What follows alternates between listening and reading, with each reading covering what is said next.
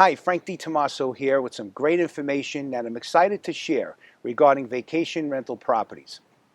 We recently held a company event that featured vacation rental property expert Sean Moore of Odyssey. If you've ever thought of creating additional income streams through investment properties such as these, then what you're about to hear can give you the right understanding to get started. Lifestyle assets, which this investment class is referred to as, serves many purposes. For one, they can create additional income streams. Two, they're perfect for creating lifelong memories. And three, they can become great assets for retirement. And there are many other purposes that we'll get into shortly. But what exactly is a lifestyle asset and what makes them so valuable? Here's what Sean had to say. I always tell people to understand this game, and a lifestyle asset is not something you go buy. A lifestyle asset is something you find and create using a proven process. And our goal with lifestyle assets is to build both lifestyle and financial freedom. And really, what I call these is lifestyle assets. And a lot of people are familiar with short-term rentals now, right? A lot of people are very familiar with, buying a property, putting it on Airbnb or VRBO and making a little bit of money. Where we take a little bit different, a different look at that, and we call them lifestyle assets because not all short-term rentals become lifestyle assets. And really, for you to understand these, that it's not just a vacation home, because you have to understand the scope of the game of what the goal of that property is, and why we love helping people build these portfolios is because it checks off so many boxes. It's a great long-term investment that builds out net worth. It's something that we have personal use with, where we can enjoy them with our friends and family, and they pay for themselves. Next, I asked Sean what he felt was the perfect starting point when someone's considering their first purchase.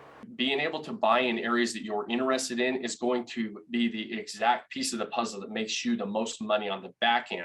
First, I would start with where you want to go, for sure, Frank, and then understand what makes it profitable, how it becomes profitable in that area. So you have the best of both worlds. You have that financial asset and you have the lifestyle asset. But understanding the lifestyle part of it, and I'll dive more into this in just a minute, but understanding the lifestyle part of it is what's going to get you paid on the financial side. Then Sean went on to explain the differences between long-term traditional rentals versus short-term rentals. This is what he had to say. You're probably a lot closer than you may think to be able to add some of these properties to your portfolio. And they're a lot of fun to own. And they're different than my long-term rentals. A long-term rentals is a great investment. It's a great long-term investment to own, multifamily properties, single family properties, all those passive income streams that real estate is so great and attractive to us for. These are, even though they're short-term rentals, they're still a long-term investment, but they're fun to own along the way while they're maturing as an investment. And so why not own a portfolio of properties where you want to go? Short-term rental properties may appear to be more lucrative for income as opposed to long-term traditional rentals. But I asked Sean if there are any cons to renting short-term rental properties, and here's how he responded. So short-term rentals have pros and cons just like any other asset class. And the cons of short-term rentals, what keeps a lot of people away from buying them, because the income especially the income potential is a lot higher. But the reality is they become a lot of work if you don't set them up correctly. And so there's a lot of people that are like, okay, I can't become a 24/7 concierge.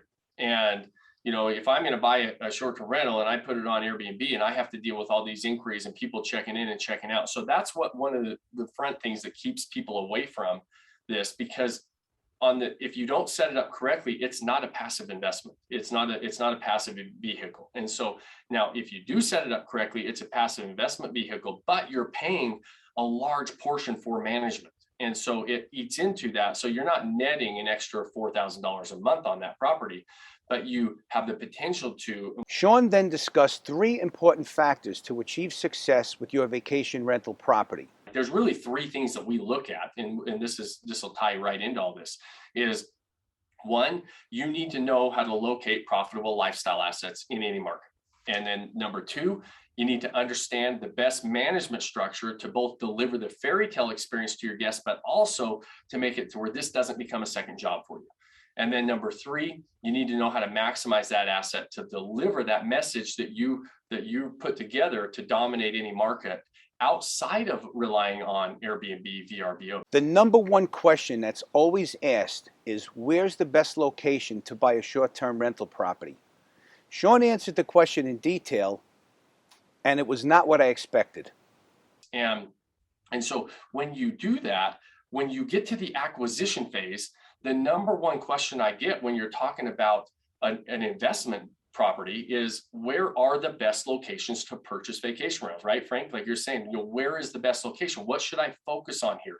And it's really the wrong question. It's the number one question I get, but it's the wrong question, because if you're selecting where you're buying based on the so-called investability of any market or any area, you're going to find yourself in trouble pretty quickly, because what you are is you're market dependent. You're 100% dependent on whether that market is a good market or not. And markets go up and down. We know that. And real estate is cyclical, but it's also very regional, and markets go up and down. And so what's a better question to ask is, when you're buying, instead of asking where's the best location to buy, is how do I identify what makes a profitable vacation rental in any market?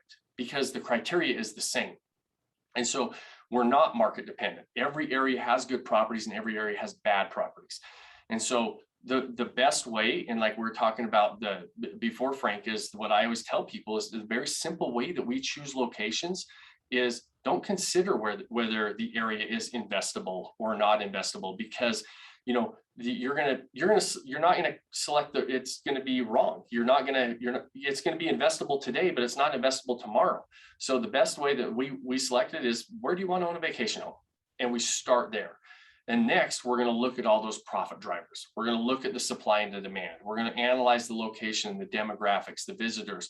We're going to look at all the occupancy trends, the nightly rate trends, all the seasonality, all of those different things that we have to know to see if it's investable, because those are different in every single area. So once you compile all those moving pieces, it's very logic-based investing. And I know it might sound a little complicated right now. There's all these moving parts, right? But it's not. It's very logic-based investing. I hope this was helpful and gave you a better understanding of the vacation rental property niche.